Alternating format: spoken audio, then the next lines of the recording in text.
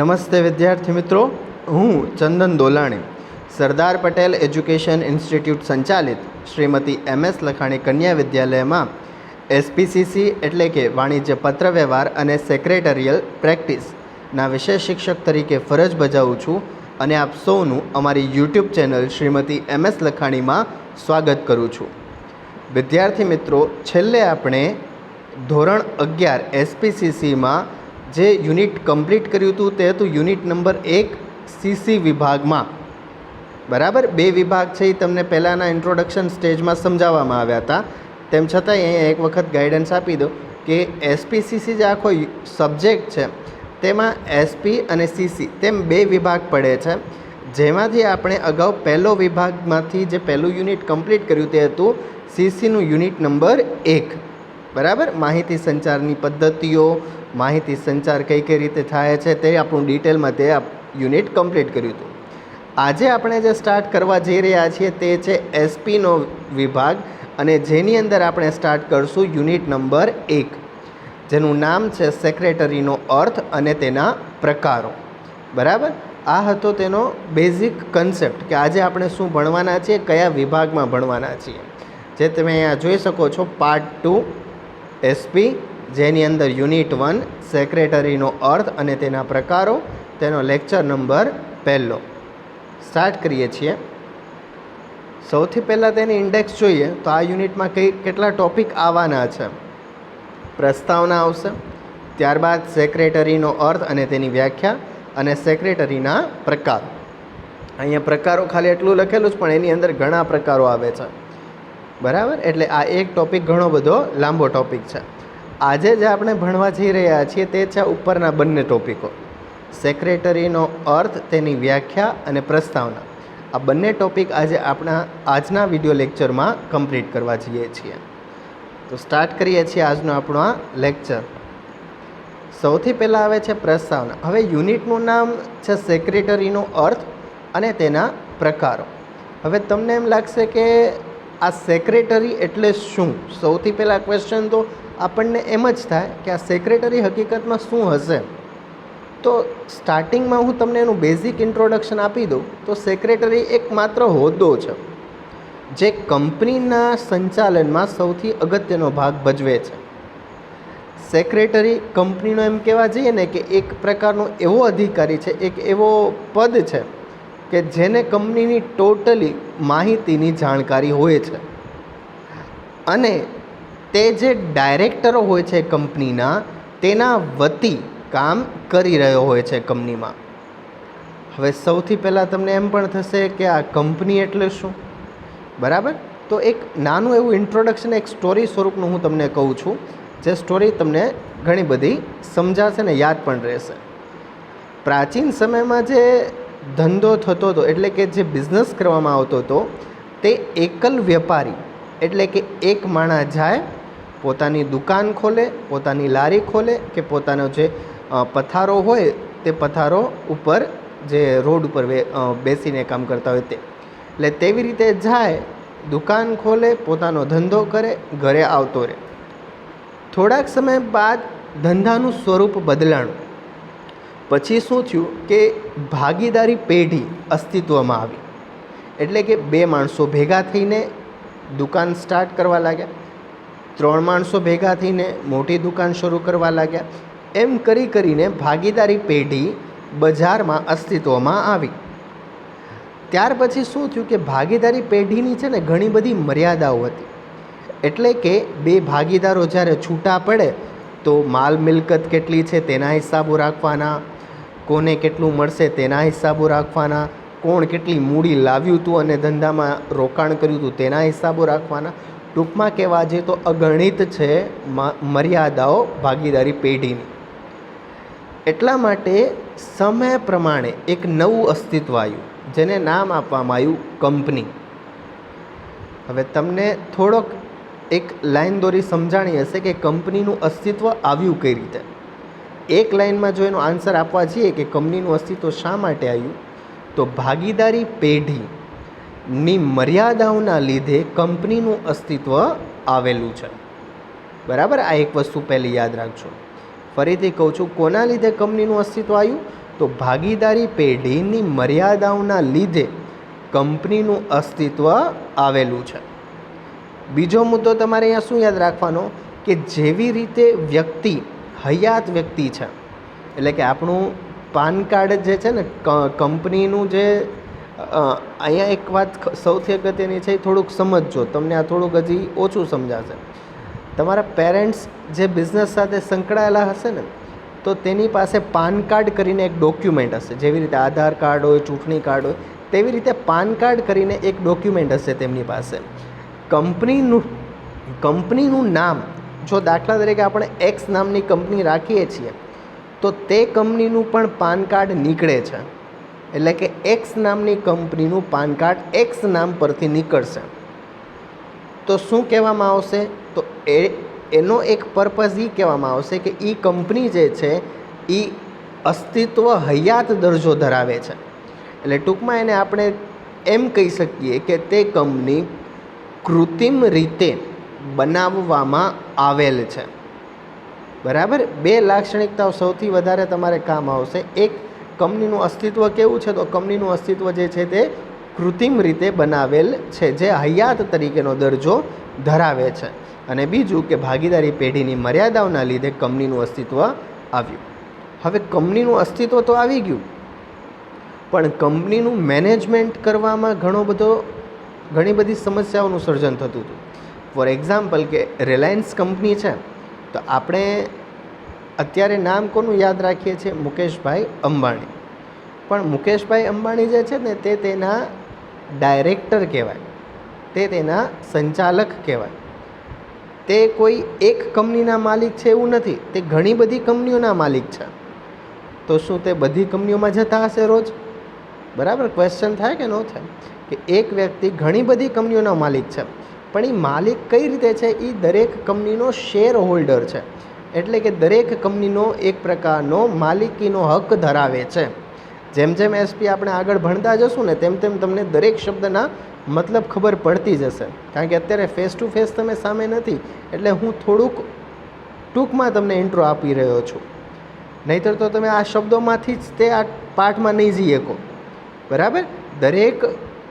દરેક વર્ડ્સનો મિનિંગ જેમ જેમ એસપી આગળ જતું જશે, તેમ તમને ખબર પડતી જશે કે શેર કોને કહેવાય, શેર હોલ્ડર કોને કહેવાય. બરાબર? ટૂંકમાં અત્યારે તમારે એટલું યાદ રાખવાનું કે મુકેશ અંબાણી બધી જગ્યાએ પહોંચી શકવાના નથી, અને એ એકલા પાછા માલિક પણ નથી બધી કંપનીઓમાં. તેની સાથે અલગ અલગ રોકાણ કરવાવાળાનો આખો ગ્રુપ છે. બરાબર? એ બધા આખા ગ્રુપને શું કહેવામાં આવે છે? સંચાલક મંડળ કહેવામાં આવે છે. એ સંચાલક મંડળ શું કરે કે દરેક કંપની, દાખલા તરીકે કંપની નંબર 1, કંપની નંબર 2, 3, 4, 5, એવી રીતે દરેક કંપનીઓમાં અલગ અલગ પ્રકારના સેક્રેટરીઓની નિમણૂક કરે કંપનીઓને ચલાવવા માટે. અહીંયા આવે છે સેક્રેટરીનો અર્થની શરૂઆત, કે દરેક કંપનીનો રોજબરોજનો વહીવટ ચલાવવા માટે જરૂર પડે છે તે વ્યક્તિને કહેવામાં આવે છે કંપની સેક્રેટરી. એવું નથી કે આ હોદ્દો વર્તમાન સમયમાં અસ્તિત્વમાં આવ્યો છે. આજે આપણે પ્રસ્તાવનાને અર્થને વ્યાખ્યા જોશું ને, એટલે તમને ખ્યાલ આવી જશે કે આ હોદ્દો કેટલો બધો જૂનો છે, પણ તેનું નામ હાલના સમયમાં ફર્યું છે. સ્ટાર્ટ કરીએ છીએ આજનો આપણો આ વિડીયો. બરાબર? સમગ્ર વિશ્વમાં માનવી સૌથી બુદ્ધિશાળી પ્રાણી છે. તેણે પોતાના હંમેશા વિકાસ સાધ્યો છે. એટલે દરેક સમય પ્રમાણે નવું કાંક ને કાંક સર્જન કરતો જ રહ્યો છે માનવી. આ વિકાસ ગાથામાં માનવી હંમેશા વધુને વધુ કામ કરતો થયો. એક સમય એવો આવ્યો જ્યારે તે બધું જ કામ જાતે ન કરી શકે, ત્યારે તેને એવા સહાયકની જરૂરિયાત ઊભી થઈ કે જે તેના વતી કાર્ય કરી શકે. એટલે મેં તમને શરૂઆતમાં કીધું, પ્રાચીન સમયમાં કેવી રીતે ધંધા થતા હતા? એક વ્યક્તિ જે છે તે દુકાન જઈને ચલાવતો. જેમ એને લાગ્યું કે હાલ હવે મારાથી એકલા કામ થઈ શકે તેમ નથી, તો તેણે શું કર્યું કે પોતાના અંડરમાં માણસો રાખવાના શરૂ કર્યા. માનવીની વિકાસ ગાથાની સાથે જ વાણિજ્યની શરૂઆત થઈ. વાણિજ્ય એટલે કે બિઝનેસ એક પ્રકારનો, બરાબર? કોર્પોરેટ એક પ્રકારનું વર્લ્ડ, કોમર્સ વર્લ્ડ. તો માનવીની જેમ જેમ માણસ આગળ થતો ગયો, માણસમાં બૌદ્ધિક વિકાસ થતો ગયો, પૈસા કમાવાની લાલચ વધતી ગઈ તો શું થતું ગયું, નવા નવા આઈડિયા, નવા નવા પદ્ધતિઓની શોધ થતી ગઈ. શરૂઆતમાં આ વિકાસ મંદ હતો, પરંતુ ઔદ્યોગિક ક્રાંતિ ઇંગ્લેન્ડમાં આવી હતી સૌથી પહેલાં, યાદ રાખજો. બરાબર, ઔદ્યોગિક ક્રાંતિનો મતલબ શું થાય કે કંપનીની અંદર મશીનો દ્વારા ઉત્પાદન થાય અને બહુ ઝડપથી ઉત્પાદન કરવા માટે કોઈ પણ કંપની સક્ષમ બને. માનવી હાથ દ્વારા કેટલું બનાવી શકે, અને હાથ દ્વારા એવી પ્રોડક્ટ પણ વારંવાર ન બને એક જ જેવી. તો મશીનરીઓનો જે આખો યુગ છે ને, જેની શરૂઆત થઈ, એને કહેવામાં આવે છે ઔદ્યોગિક ક્રાંતિ, જે શરૂ થઈ હતી ઇંગ્લેન્ડની અંદર સૌથી પહેલાં.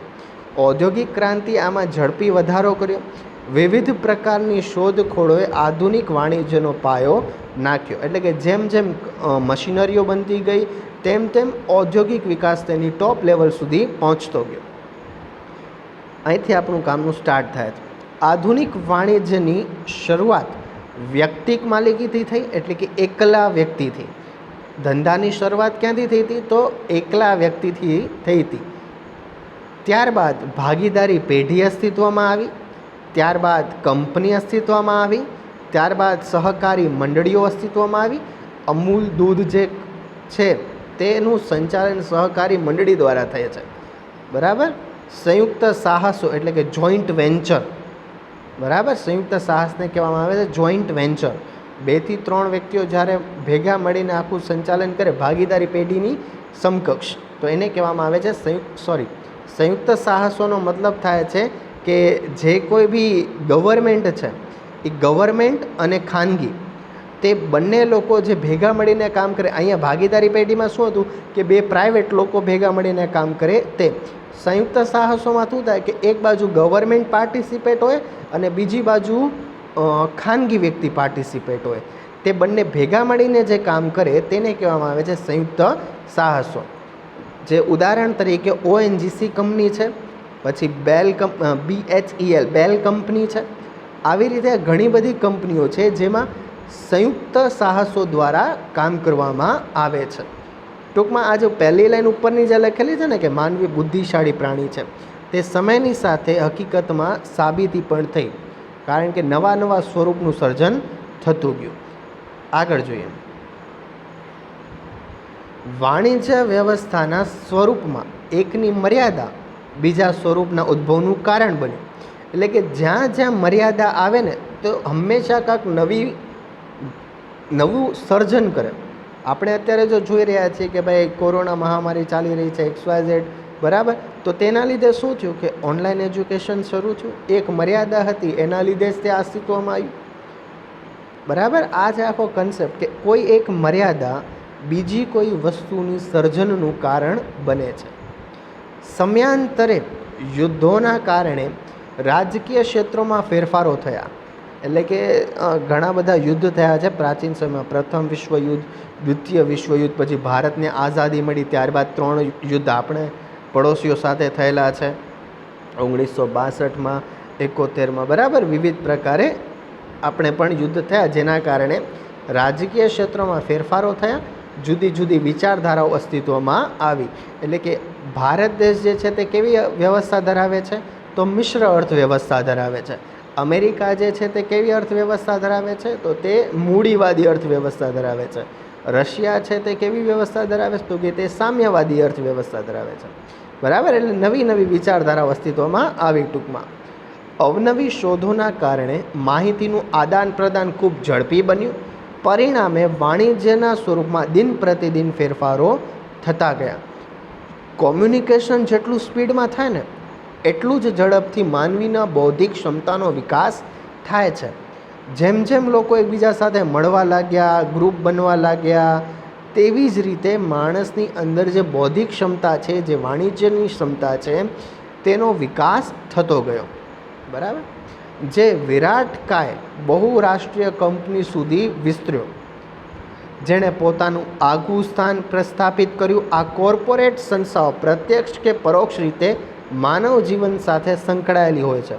એટલે કે જે હવે શેર બજારનું કરતા હોય ને, જેના પેરેન્ટ્સ, તેને ખબર હશે કે કઈ કંપનીમાં કેટલું રોકાણ કરવું તો એ એક સામાન્ય માણસ મોટી મલ્ટીનેશનલ કંપનીમાં ઘરે બેઠા બેઠા રોકાણ કરી શકે છે.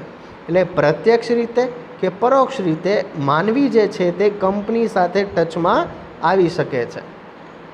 તમે ટૂથપેસ્ટ વાપરતા હશો, ચિપ્સ ખાતા હશો, કોઈ પણ મોબાઈલ ફોન વાપરતા હો તો તે કોઈ કંપનીની જ પ્રોડક્ટ હશે. એટલે કે પ્રત્યક્ષ અને પરોક્ષ રીતે માનવી સાથે સંકળાયેલી છે ગમે એ કંપની.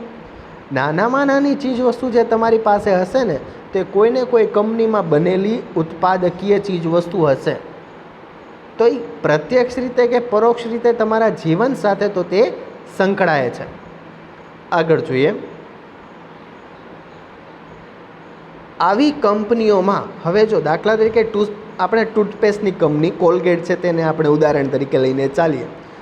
આવી કંપનીઓમાં મૂડીરોકાણ કરનારા ખરા માલિકો ને શેર હોલ્ડરો તો છે જ. એટલે કે ફોર એક્ઝામ્પલ કે કોલગેટ કંપની જે છે તે શું કરે, તેમાં જેને જેને રોકાણ કરવું હોય તે એડવર્ટાઇઝ આપે, તે વિવિધ પ્રકારથી જાહેરાતો કરે કે જેને બી અમારી કંપનીમાં રોકાણ કરવું છે તે લોકો આવકાર્ય છે. પછી દાખલા તરીકે સામાન્ય પ્રજા તેમાંથી જેટલા લોકોને તે કંપનીમાં રોકાણ કરવું છે તે લોકો તેમાં રોકાણ કરે છે અને તે કોલગેટ કંપનીના શેર પ્રાપ્ત કરે છે. એટલા માટે તે લોકોને શેર ધારકો કહેવામાં આવે છે. ફોર એક્ઝામ્પલ કે તમે છો, તમને કોલગેટ કંપનીના રોકાણ કરવું છે તો તમે તેમાં દાખલા તરીકે 1 લાખ રૂપિયાનું રોકાણ કર્યું કોલગેટ કંપનીમાં. તો કોલગેટ કંપની તમે સામેથી શું આપશે, એ તમને 1 લાખ રૂપિયાના શેર આપશે. બરાબર? એટલે તમે એ કંપની માટે શું બની ગયા, શેર ધારક બની ગયા. 1 લાખ રૂપિયાના એ કંપનીમાં ભાગીદાર બની ગયા. એમ સમજો. કંપની દિવસે દિવસે જેમ કામ કરતી જશે તેમાં જો તેને વધારો થતો જશે, તેનો નફો વધતો જશે તો તમારા શેરની કિંમત વધતી જશે. એટલે જેટલો કંપનીનો નફો એટલું તમારું પણ પ્રોફિટ વધતો રહેશે. ક્લિયર? આ છે. આવી કંપનીઓમાં મૂડીરોકાણ કરનારા ખરા માલિકો તો શેર હોલ્ડરો જ છે. જેઓ દેશના દૂર દૂરના વિસ્તારમાં પથરાયેલા છે તેથી કંપનીનું સંચાલન શેર હોલ્ડરો ન કરી શકે. હવે ખરા માલિકો કોણ છે, અહીંયા મુદ્દો જો સમજજો. ખરા માલિકો કોણ છે કે જે કંપનીમાં પૈસા આપીને ઇન્વેસ્ટ કરે છે, શેર ખરીદે છે. પણ એ લોકો તો દેશ વિદેશ અલગ અલગ જગ્યા હોઈ શકે. બરાબર? એટલે આપણે અહીંયા છીએ પણ આપણે અમેરિકાની કંપનીમાં પણ રોકાણ કરી શકીએ છીએ. અહીંયા છીએ ને આપણે રશિયાની કંપનીમાં પણ રોકાણ કરી શકીએ છીએ.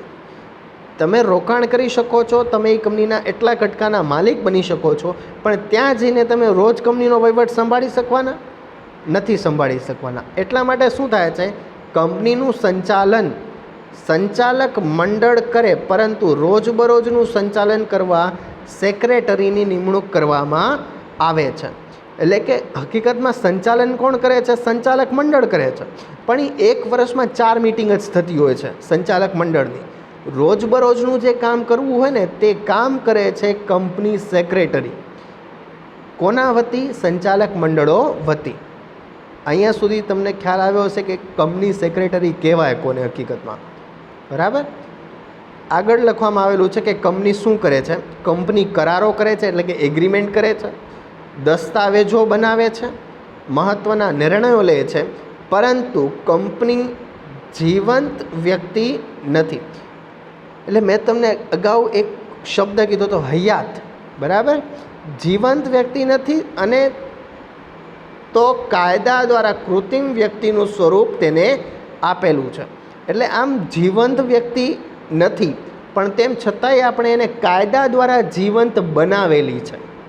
બરાબર? કાયદા દ્વારા તેને કૃત્રિમ વ્યક્તિનું સ્વરૂપ આપણે પ્રદાન કરેલું છે. આ છે એનું કહેવાનું અસ્તિત્વ. જે મેં તમને પાન કાર્ડવાળો મુદ્દો સમજાવ્યો હતો કે વ્યક્તિનું પણ પાન કાર્ડ નીકળે અને કંપનીનું પણ પાન કાર્ડ નીકળે. અને તેના પાન કાર્ડ એટલા માટે અગત્યનું કારણ કે કંપનીના જે નાણાકીય લેવેચ થતી હોય ને, નાણાકીય વ્યવહાર બધા થતા હોય તેનો ટેક્સ રેકોર્ડ એ પાન કાર્ડ દ્વારા રેકોર્ડ થતો હોય છે. તેથી આ બધા જ કાર્યોમાં સેક્રેટરી સામેલ છે. બધી જગ્યાએ સેક્રેટરીનો જ રોલ અગત્યનો છે કંપનીના સંચાલનમાં. એટલા માટે કંપનીના સંચાલનમાં સેક્રેટરીનું સ્થાન આગવું છે. ભારતની આઝાદી પછી 1956માં કંપની ધારો અસ્તિત્વમાં આવ્યો. અહીંયા યાદ રાખજો કયો કયો ધારો ક્યારે અસ્તિત્વમાં આવ્યો, એમસીક્યુનો ક્વેશ્ચન છે. કંપની ધારો 1956માં અસ્તિત્વમાં આવ્યો. તેમ ઉત્તરોત્તર સુધારા વધારા કરવામાં આવ્યો, એટલે કે જેમ જેમ નિયમો ફરતા ગયા તેમ તેમ એ કાયદામાં સુધારા કરવામાં આવ્યા. 2013માં નવો કંપની ધારો અસ્તિત્વમાં આવેલો છે. છેલ્લે છે કે જે તમારી પુસ્તક છે તેમાં કંપની ધારો 29/5/2015 સુધીની બધી ડિટેલ તેમાં સમાવેશ કરવામાં આવેલી છે. એટલે કે તમારે બે યાદ રાખવાના, એક 1956 અને બીજો 2013.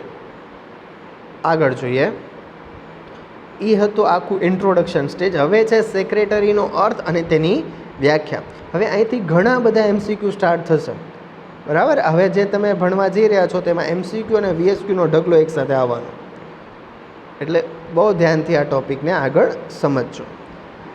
સેક્રેટરી શબ્દ ગુજરાતી ભાષામાં અંગ્રેજીમાંથી લેવામાં આવ્યો છે. પહેલી વાત તો તે.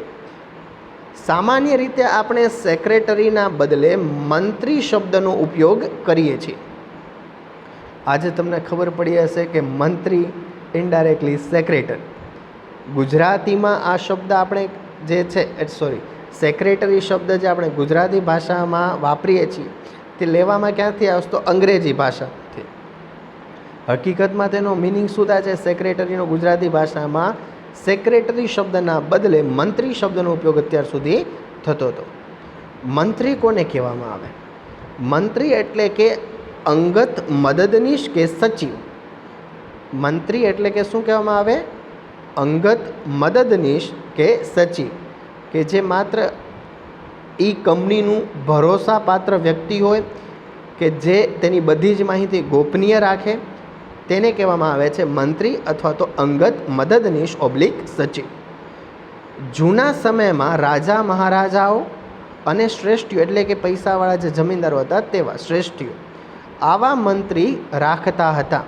હવે કોણ રાખતું હતું? ઉદાહરણ તરીકે રાજા દશરથના મંત્રી હતા તે હતા સુમંત. એમસીક્યુ ડાયરેક્ટ ક્વેશ્ચન આવશે કે રાજા દશરથના નીચેનામાંથી કોણ મંત્રી હતા? તો સુમંત હતા. ત્યારબાદ ધૃતરાષ્ટ્રના મંત્રી કોણ હતા? તો વિદુર. બે એમસીક્યુ છે. રાજા દશરથના મંત્રી તો શું કહેવામાં આવે? સુમંત. ધૃતરાષ્ટ્રના તો વિદુર. મોગલ સામ્રાજ્ય એટલે કે મુગલ સામ્રાજ્યમાં મંત્રીને વજીર કહેવામાં આવ્યું. જો કામ એક જ છે, નામ અલગ અલગ છે. ટૂંકમાં અંગ્રેજીમાં એને સેક્રેટરી કહેવામાં આવે, ગુજરાતીમાં મંત્રી કહેવામાં આવે, પ્રાચીન સમયમાં મંત્રી કહેવામાં આવે, મધ્યકાલ એટલે કે મુગલ સામ્રાજ્યમાં મંત્રીના બદલે વજીર કહેવામાં આવે. બરાબર. વજીર જેમાં કોણ કોણ હતું? તો બિરબલ, અબુલ ફઝલ વગેરે જાણીતા વઝીર હતા. ત્યારબાદ રોમન સામ્રાજ્ય. રોમન સામ્રાજ્યમાં રાજાઓ વતી લખાણ કરનાર સ્ક્રિબાઓ કહેવાતા. બરાબર. આ સૌથી અગત્યનો ક્વેશ્ચન છે કે રોમન સામ્રાજ્યમાં રાજાઓ વતી જે લખાણ કરે તેને શું કહેવામાં આવતું હતું? તો સ્ક્રિબા તરીકે તેને ઓળખવામાં આવતું હતું. અહીંયા તમારે ફરીથી એક વખત હું કહી દઉં છું કેટલા શબ્દો આવ્યા. ગુજરાતીમાં આપણે શું કહીએ છીએ? સેક્રેટરીને મંત્રી. અંગ્રેજીમાં સેક્રેટરી. પહેલાંના સમયમાં મંત્રી. મુગલ સામ્રાજ્યમાં વજીર અને રોમન સામ્રાજ્યમાં સ્ક્રિબા કહેવામાં આવતું હતું. આગળ જોઈએ. સેક્રેટરી શબ્દ મૂળ લેટિન શબ્દ સેક્રેટરિયસ માંથી ઉતરી આવ્યો છે. જો અહીંયા લેટિન, બરાબર. એ ક્વેશ્ચન પૂછાય સેક્રેટરી શબ્દ નીચેનામાંથી કયા શબ્દ પરથી ઉતરી આવ્યા અથવા કઈ ભાષા પર? તો લેટિન શબ્દ સેક્રેટરિયસ પરથી ઉતરી આવેલો છે, જેનો અર્થ ગુપ્ત રહસ્યોની જાળવણી કરનાર એવો થાય છે. આવી ગયો મુદ્દો મેઇન કે સેક્રેટરીનું કામ શું છે? કંપનીની માહિતી ગોપનીય રાખવી. બરાબર. સેક્રેટરીનો મતલબ શું થાય સાદી ભાષામાં? હવે કે કંપનીની દરેક માહિતી ગુપ્ત રાખવી તે. સેક્રેટરી અંગત મદદનીશ તરીકે કાર્ય કરે છે. માલિક વતી પત્રાચાર કરે છે, એટલે પત્ર વ્યવહાર જે કાંઈ બી કરવાનો હોય માલિક વતી એ કરે.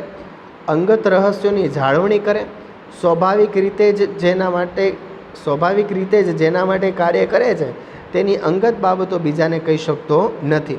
ટૂંકમાં અહીંયા સેક્રેટરી શું કરે છે તેનો એક નાનો એવો કન્સેપ્ટ આપેલો છે કે અંગત મદદની નીચે કામ કરશે, માલિક વતી પત્ર વ્યવહાર કરશે અને અગત્યની માહિતીની જે જાળવણી છે તે રહસ્યની જાળવણી કરે છે. બરાબર. આ સ્લાઇડમાં આપણને બે મુદ્દા અગત્યના મળ્યા કે સેક્રેટરી કયા કયા કામ કરે છે તે, અને કયા શબ્દ પરથી સેક્રેટરી ઉતરી આવ્યો અને તેનો અર્થ. ક્લિયર? આગળ જોઈએ. હવે આવે છે વ્યાખ્યાઓ. વ્યાખ્યાઓમાં તમને અહીંયા 3 વ્યાખ્યા આપેલી છે, જેમાંથી તમે કોઈ પણ એક વ્યાખ્યા યાદ રાખી શકો છો. 3 વ્યાખ્યામાં સૌથી પહેલાં આપણે જોઈએ કે સામાન્ય અર્થ પ્રમાણે સેક્રેટરી એટલે એવી વ્યક્તિ કે જે અન્ય વ્યક્તિ, મંડળી, કોર્પોરેશન કે જાહેર સંસ્થા વતી ખાનગી રહસ્યોની જાળવણી કરે, પત્ર વ્યવહાર કરે તેમજ દસ્તાવેજો, કરાર, દફતર એટલે કે રેકોર્ડ સંભાળે છે. તે ઉપરાંત તેને સોંપવામાં આવેલા કાર્ય કરે છે. ફરીથી જો હવે તમે અહીંયા સિમ્પલ વર્ડ્સમાં જો યાદ રાખશો ને કે કોને કહેવામાં આવે કંપની સેક્રેટરી, તો એક તો તેને જે કામ કંપની વતી આપવામાં આવશે, સંચાલક મંડળ વતી આપવામાં આવશે, તે કામ કરવા માટે સેક્રેટરી બાધ્ય છે. બીજું, કંપનીના અગત્યના રહસ્યોની જાળવણી કરવાનું તે કામ કરે છે અને તેને નોંધવાનું એટલે કે રેકોર્ડ કરવાનું કામ તે કરે છે. ત્રીજું કે તે અન્ય વ્યક્તિમાં પછી બધું આવી ગયું. અન્ય વ્યક્તિ એટલે કે મંડળી, અન્ય વ્યક્તિ એટલે કે કોર્પોરેશન, અન્ય વ્યક્તિ એટલે કે જાહેર સંસ્થાઓ, તેની સાથે જે પત્ર વ્યવહાર કરવાનું હશે તે પણ કરે છે કંપની સેક્રેટરી. હવે ફરીથી આને વ્યાખ્યા જોઈએ કે સેક્રેટરી એટલે કે એવી વ્યક્તિ કે જે અન્ય વ્યક્તિમાં હવે કોણ કોણ આવે? મંડળી, કોર્પોરેશન, જાહેર સંસ્થાઓ વતી ખાનગી રહસ્યોની જાળવણી કરે, પહેલો મુદ્દો. બીજું, પત્ર વ્યવહાર કરે અને દસ્તાવેજો, કરાર અને દફતરને સંભાળે છે, તેનો રેકોર્ડ રાખે છે. તેને કહેવામાં આવે છે કંપની સેક્રેટરી, અને ઉપરાંત તેને જે કામ સોંપવામાં આવે તે કરે છે. ક્લિયર? આ એની સાદી વ્યાખ્યા છે. આની વ્યાખ્યામાંથી જ તેની લાક્ષણિકતાઓ આપણને મળે. લાક્ષણિકતાઓ કોને કહેવાય? કે વ્યાખ્યાની અંદર રહેલા મુદ્દા. વ્યાખ્યાની અંદર કયા મુદ્દા રહેલા છે આમાં? કે અન્ય વ્યક્તિ સાથે શું કરે છે? સૌથી પહેલાં તો રહસ્યોની જાળવણી કરે છે, બરાબર, અને બીજું પત્ર વ્યવહાર કરે છે. ત્રીજું, દસ્તાવેજો, કરારો અને દફતર સંભાળે છે. ચોથું કે તેને જે કામ સોંપવામાં આવે તે કરે છે. એટલે 4 લક્ષણોને ભેગા કરી નાખો તો વ્યાખ્યા બની જાય. આગળ ઓક્સફર્ડ ડિક્શનરી મુજબ લખેલું છે. હવે સેક્રેટરી એટલે કે એવી વ્યક્તિ કે જે અન્ય વ્યક્તિ વતી લખવાનું કામ કરે. સિમ્પલ વર્ડ્સમાં શું કરે? અન્ય વ્યક્તિ એટલે કે કોણ? સંચાલક મંડળ. સંચાલક મંડળ વ્યક્તિ વતી સેક્રેટરી લખવાનું કામ કરે છે. મહદઅંશે અન્ય વ્યક્તિઓ, મંડળી, કોર્પોરેશન કે જાહેર સંસ્થાઓ માટે પત્ર વ્યવહાર કરવા, માહિતી રાખવી કે વિવિધ પ્રકારના ધંધાકીય વ્યવહારો કરવા માટે તેની નિમણૂક કરવામાં આવે છે. નિયર બાય છે ઉપરની વ્યાખ્યાની જેમ જ તે, બરાબર. શબ્દોની ગોઠવણી ખાલી ફરેલી છે, બાકી એનું મૂળ કામ તો એ જ છે કે રહસ્યોની જાળવણી કરવી, કંપનીના માલિકો વતી પત્ર વ્યવહાર કરવા, બરાબર, દફતર સંભાળવું, એક્સેટ્રા એક્સેટ્રા. હવે કંપની ધારા એટલે કે ભારતના કાનૂનમાં કઈ વ્યાખ્યા લખેલી છે તે કંપની ધારા મુજબ કાયદેસરની લાયકાત ધરાવનાર વ્યક્તિ. હવે એની માટે કંપની સેક્રેટરી માટે એક આખો કોર્સ આવે છે. જેમ CA એક ડિગ્રી છે તેમ CS કંપની સેક્રેટરી એક આખો કોર્સ છે. કાયદેસરની લાયકાત ધરાવનાર વ્યક્તિ કે જે કાયદા મુજબ વહીવટી ફરજો અને અન્ય તંત્રીય ફરજો બજાવવા માટે નીમવામાં આવેલો હોય. સૌથી પહેલાં શું? કાયદા પ્રમાણેની લાયકાત હોવી જોઈએ તે વ્યક્તિને, અને કે જે કાયદા મુજબ જ તે આખો વહીવટી ફરજો પૂરી કરે અને તંત્રીય ફરજો, ટૂંકમાં કર્તવ્ય પોતાનું જે એને મળે તે પૂરું કરે કાયદા મુજબ, તો તેને કહેવામાં આવે છે કંપની સેક્રેટરી અથવા તો સેક્રેટરી. બરાબર. આ 3 વ્યાખ્યાઓ જે છે તે આપેલી છે. આ 3 વ્યાખ્યાઓ પરથી જ તે એક નાનો કન્સેપ્ટ બહાર આવે છે, સેક્રેટરીના લક્ષણો. જે આ 3 વ્યાખ્યામાં આપણે સમજ્યા ને એ જ અહીંયા મુદ્દા સ્વરૂપે ખાલી લખેલું છે. સેક્રેટરી કેવો હોવો જોઈએ? સૌથી પહેલો, યોગ્ય લાયકાત ધરાવતો હોવો જોઈએ. મેં તમને પહેલાં કીધું એની પાસે CS ની ડિગ્રી હોવી જોઈએ, તો એને આપણે કંપની સેક્રેટરી તરીકે ઓળખી શકીએ. બીજું કામ તે શું કરે છે? જેના વતી કાર્ય કરે છે તેની અંગત બાબતોને રહસ્યો જાણે છે તો તેને ગુપ્ત રાખે છે. આ એનું બીજું કામ, બરાબર. ત્રીજું, તેને જે કાર્ય સોંપવામાં આવે તે કરે છે. ચોથું કામ, તેની પાસે કોઈ સત્તા નથી, તેને સત્તા આપવામાં આવે છે. આ મુદ્દો ખાસ ધ્યાન રાખજો. એ કંપનીનો માલિક નથી. એ શું છે? કંપનીના માલિકો વતી કામ કરનારો વ્યક્તિ છે. એટલે કે કંપનીના માલિકો જેટલી સત્તા એને આપશે, સંચાલક મંડળ જેટલી સત્તા એને આપશે, જેટલું કાર્ય તેને આપશે, તેની સાથે તે બંધાયેલો છે. પોતાની રીતે કોઈ પણ કામ કરી શકતો નથી. ઉપરથી જે તેને કામ કરવાનું કહેવામાં આવે તેટલું જ કામ તે નીચેથી કરાવે છે, બરાબર. એટલા માટે તેની પાસે કોઈ સત્તા નથી, તેને સત્તા આપવામાં આવે છે. સેક્રેટરી દસ્તાવેજો ઘડવામાં, કરારો કરવામાં મદદરૂપ કરે છે. માલિકો વતી પત્ર વ્યવહાર કરે છે અને આ દસ્તાવેજો કરારોને યોગ્ય રીતે સાચવે છે. અને છેલ્લો છે, સેક્રેટરી તરીકે જીવંત વ્યક્તિ નિમણૂક થઈ શકે.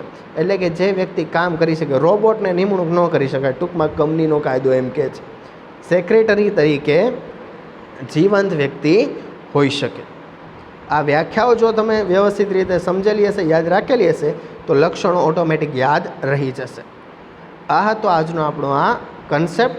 નેક્સ્ટ વિડીયો લેક્ચરમાં આપણે કંપનીના સેક્રેટરીના પ્રકારો, તે ઇન્ટ્રોડક્શન જોશું તેનું, અને ત્યારબાદ એમાંથી અમુક સેક્રેટરીના પ્રકારો વિશે વાતચીત કરશું.